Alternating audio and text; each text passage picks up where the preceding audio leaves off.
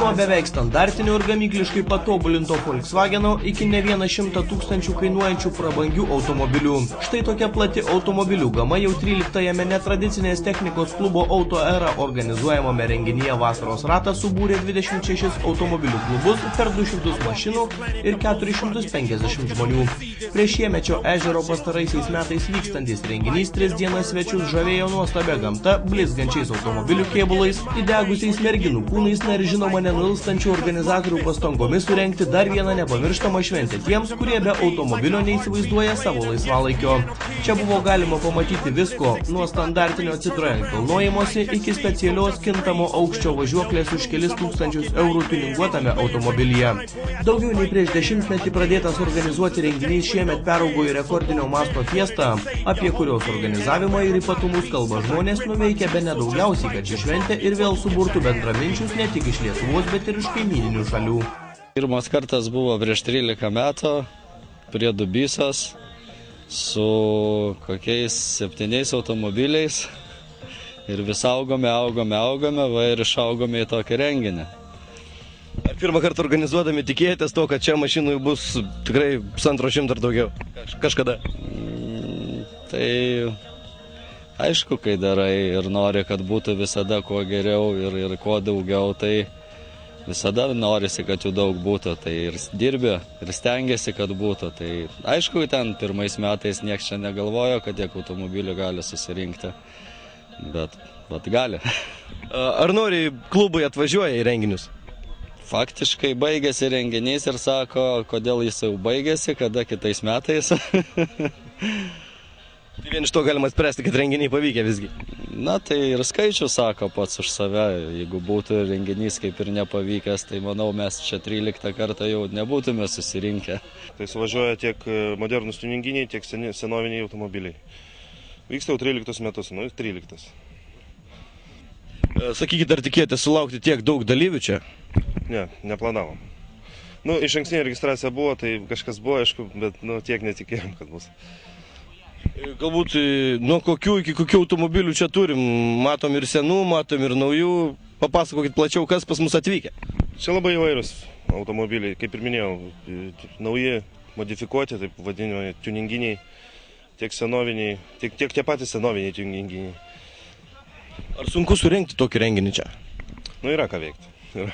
Kas galbūt sunkiausia, kur daugiausia darbo tenka dėti pastangų?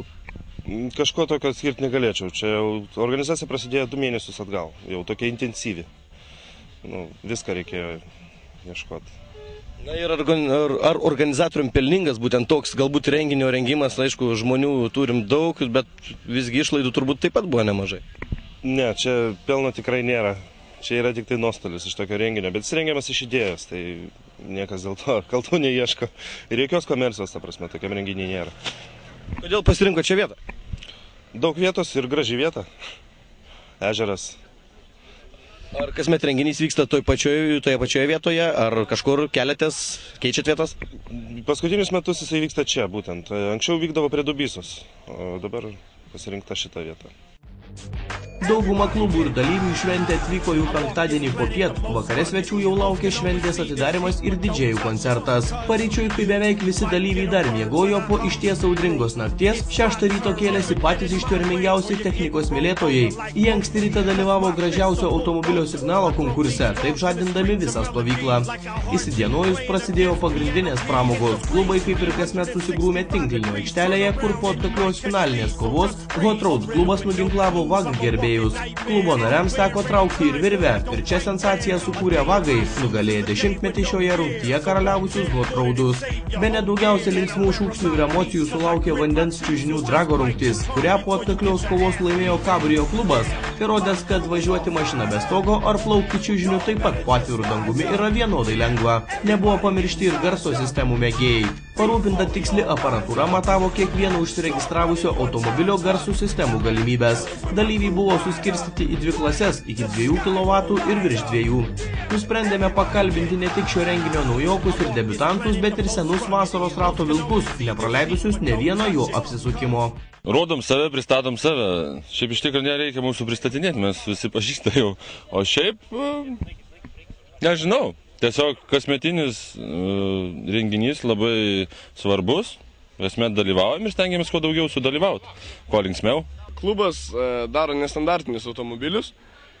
Tai galit prasiskirti, galim parodyti, kaip atrodo mūsų klubas. Klubas užsiima tom, kad daro tai, ko negali kiti. Aš protingai kalbu, ta prasme, bandom padaryti tai, ko nemato žmonės ir automobiliai gali būti ne vien transporto priemonė, o hobis. O hobis užima tai, kad ne vien pinigų investavimas, o gyvenimo būdas. Na, visų pirma, mes čia esam pirmą kartą. Mes gyvojame jau apie 3 metus. Kadangi mus pakvietė kaip irgi netradicinių automobilių klubą, mūsų automobiliai yra tikrai netradiciniai, labai gerai išsiskiria gatvėje. Pas mus yra visokiausių automobilių, tai kaip matote, šiandien markių yra visokių, BMW, Audi, Volkswagen, Volvo.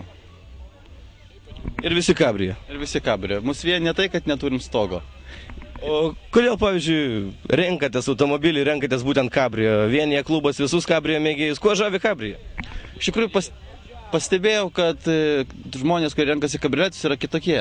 Gal biški prie meno, gal biški su idėja. Žmonės mėgstantis laisvę, atsipalaidavimą, nes nėra nieko geresnio, kaip karštą vasaros rytą atsidaryti stogą ir paspausti greičio pedalą. Mes atvažiavom su HP5 timu, vairuojam Honda Preludas, 5 klasės automobilius. Atvažiavom linksmai pabūti, pailsėti biškį savaitgalį. Na ir ar pirmą kartą lankotės čia? Ja, pirmą kartą, kaip dalyvavom čia. Kaip įspūdžiai? Normaliai, smagu, tikrai viskas gerai. Papasakokit trumpai apie savo klubą. Preliudo 5 klubas vienyje išskirtinai 5 Preliudo savininkus. Kodėl? Ja, kažkaip yra tų automobilių, kaip pasakyt, klubų 1, 2, 3, 4 ir 5, nes kiek modelių buvo, tiek ir klubų yra. Ir taip kažkaip sugalvojom ir tik tai 5 renkamės. Ar daug narių pas jūs klube? Sunku pasakyti, manau, kokių 30 turėtų būti. Tik visi, nėra, kad visi dalyvautų, visi žmonės, kiti šiaip eksploatuoja, atvažiuoja atidarimą, uždarimą ir viskas. Atstovaujam Golf Corrado V klubą naujai. Atvažiavom į renginį dėl to, kad labai išgirtas, ne pirmą kartą. Patiko, dėl to ir atvažiavom. Kaip įspūdžiai? Fantastiški. Fantastiška publika, fantastiški draugai. Kaip ir viskas labai dėl. Papasakokite apie savo automobilius, ką pristatot, matom ir įvairių tuningo elementų ir beveik standartinių galbūt. Mūsų klubas tikriausiai atstovauja tokia labiau standartinė, tuning mes nelabai, mes viską darom standartiškai, su minimaliais akcentukais, galim taip pasakyti. Tai pas mus viskas vyksta labai clean, galim sakyti taip. Jau po visų rungčių šventės dalyvių laukia dar vienas veiksmo kupinas vakaras. Vidurnaktį dangų nušvietė fejerverkai, vyriška publika kaitino striptizas, į dangų ugnies kamuolius leido fakyras, o iki pat aušros visa linksmai nusiteikusi kelių šimtų žmonių kompanija kartu su grupe Biplan traukė visiems žinomas dainas. Drąsiai galima sakyti, kad tai analogų Lietuvoje neturintis renginys, su tiek pramogų, automobilių ir bendraminčių vienoje vietoje. Taigi pirmąjį kitų metų rugpjūčio savaitgalį tikri automylėtojai turėtų pasižymėti jau dabar, nes kaip skelbia renginio šūkis, jeigu tu nebuvai vasaros rate, tu nebuvai niekur.